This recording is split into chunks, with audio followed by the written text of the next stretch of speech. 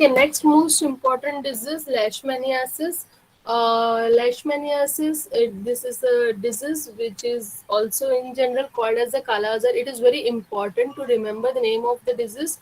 It will ask in MCQ. Even it was asked in yesterday's set examination also that the Kala Azar disease is called by the dash parasite. So you should remember that the leishmaniasis, it is also called as the Kala Azar or black fever, and this disease is caused by the leishmania, and it is generally called as the Kala Azar, and it is spread by the bite of certain type of the sand fly. Now, when we talk about this leishmania, so there are more than 20 different species of the leishmania. It is spread, all the species of leishmania, they spread by the sand fly only. This disease is manifested in three main ways. Uh, First is cutaneous, then mucocutaneous, and the visceral leishmaniasis. Now, student, the detail of the disease we have already discussed in detail in SYBSC. Now, here I told you this particular unit, applied hematology. We will be focusing more and more diagnosis technique, because here we all are studying that how can we apply the knowledge of this particular uh, disease, or to study the hematological knowledge, to study any type of the disease and for the purpose of the diagnosis. So when we talk about the cutaneous form, as I told you, there are three ways. First is the cutaneous form, so this will appear as the skin ulcer. The mucocutaneous form, that will causes the ulcer of the skin, mouth, and nose. Now, when we talk about the visceral form, it is the most, you can say, the severe form. It appears initially as the skin ulcers, but later it is going to affect the RBCs, spleen, and liver. Now, what is the risk factor? So, risk factor is usually include the poverty, malnutrition, deforestation, and the urbanization. Typical symptoms when we discuss about this disease, so these are the skin sores which erupt weeks or months after the person is bitten by the infected sandfly. Now, when we talk about the next type of the disease, that is the visceral leishmaniasis, it is the most serious, and here we will be discussing diagnostic technique. Actually, we are going to focus about the visceral leishmaniasis, because we have seen in this form the RBC, spleen, and liver are affected. So blood diagnostic will be definitely will be concerned here only. It is the serious form, and if it is not treated, it can take the life of the person.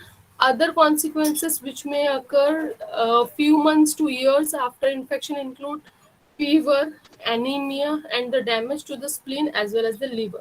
Now, when we talk about the diagnosis, how can we do?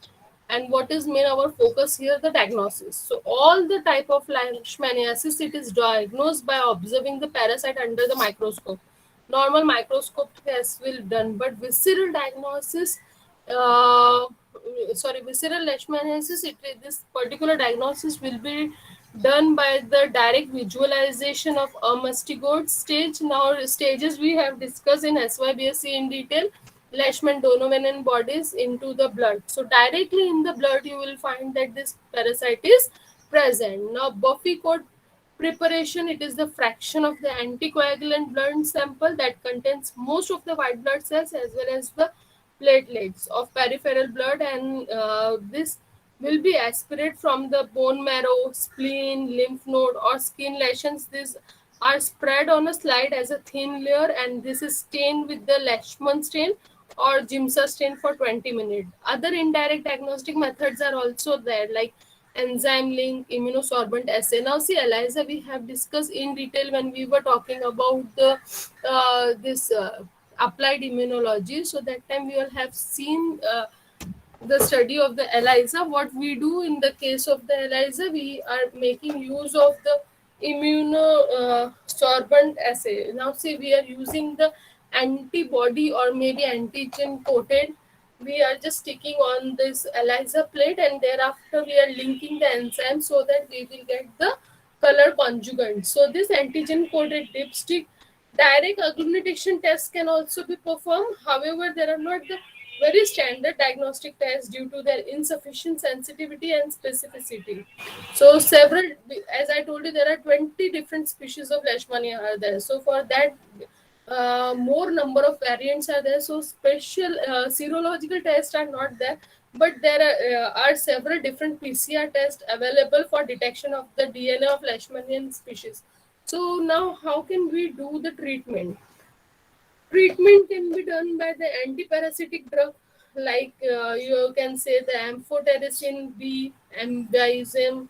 These are used for the treatment. Now, the skin ulcers that can may be caused by the disfigurement, which requires the plastic surgery. So there is no other treatment, because see, this skin eruption, it is very severe and it may cause the disfigurement.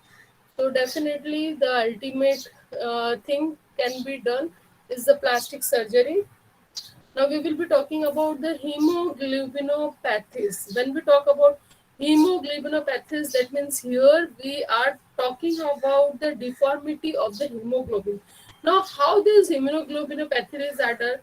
Most of the time, this is a genetic defect that results into the manufacture of abnormal hemoglobin molecule. Now, not necessary every time. Sometimes it happens that we take the poor diet, malnourished. So that time, hemoglobin do not get deformed, children. But that particular time, this hemoglobin do not synthesize in our body. Okay, because we are not taking the appropriate diet. Now we know that the hemoglobin, this is made up of the heme and the globin. The portion heme is your iron portion, and the globin is again another type of protein. So to have a healthy hemoglobin, we should have the healthy quantity of the heme. We should have the healthy quantity of the globin also. So we do not take the appropriate diet. So sometime the number, or you can say, we know that after 120 days our RBCs wore off. So we do not get the appropriate count of the RBCs. So for that particular reason, the number is declined and we may get the anemia.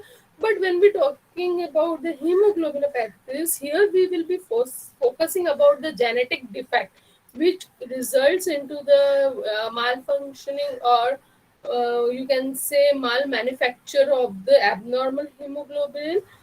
Now here, because of this abnormality into the hemoglobin, few diseases are caused. Out of that, we will be talking about the sickle cell disease and thalassemia.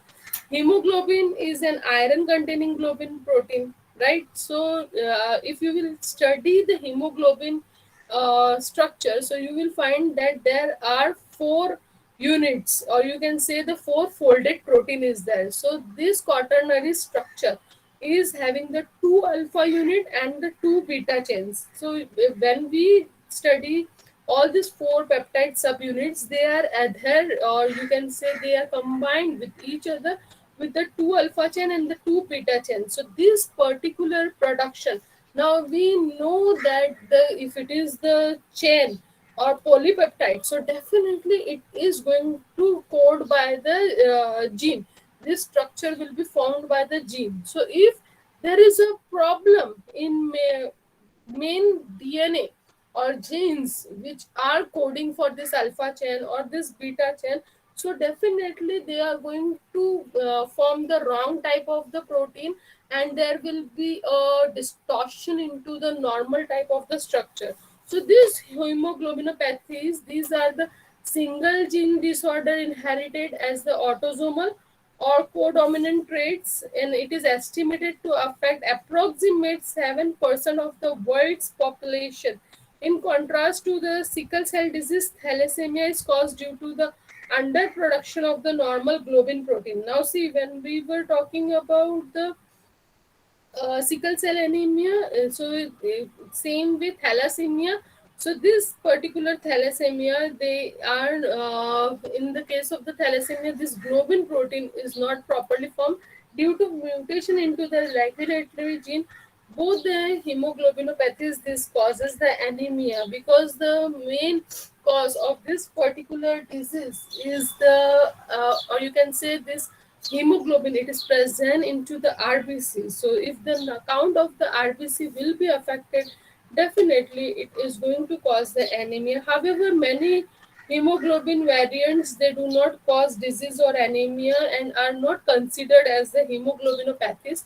Some hemoglobin variants are normal during the embryonic and the fetal development, and they are considered as the non-pathological. Just now I have given you example that at the time of the embryonic development. Now see, children, when the what is the purpose of this hemoglobin? The main purpose of this hemoglobin is to bind the oxygen. So if its 4 unit are appropriate, that time only it is going to bind the oxygen, and we know that this hemoglobin is binding to the 4 oxygen. Now here the structure is only distorted. Maybe it may not have the oxygen binding site. Maybe it is not appropriate in shape. So at that particular time, there will be distortion into the structure, and definitely it is going to lead into the various activity, and it is going to affect it badly. So next lecture in detail we will be talking about both the disease. For this note, first now we'll stop.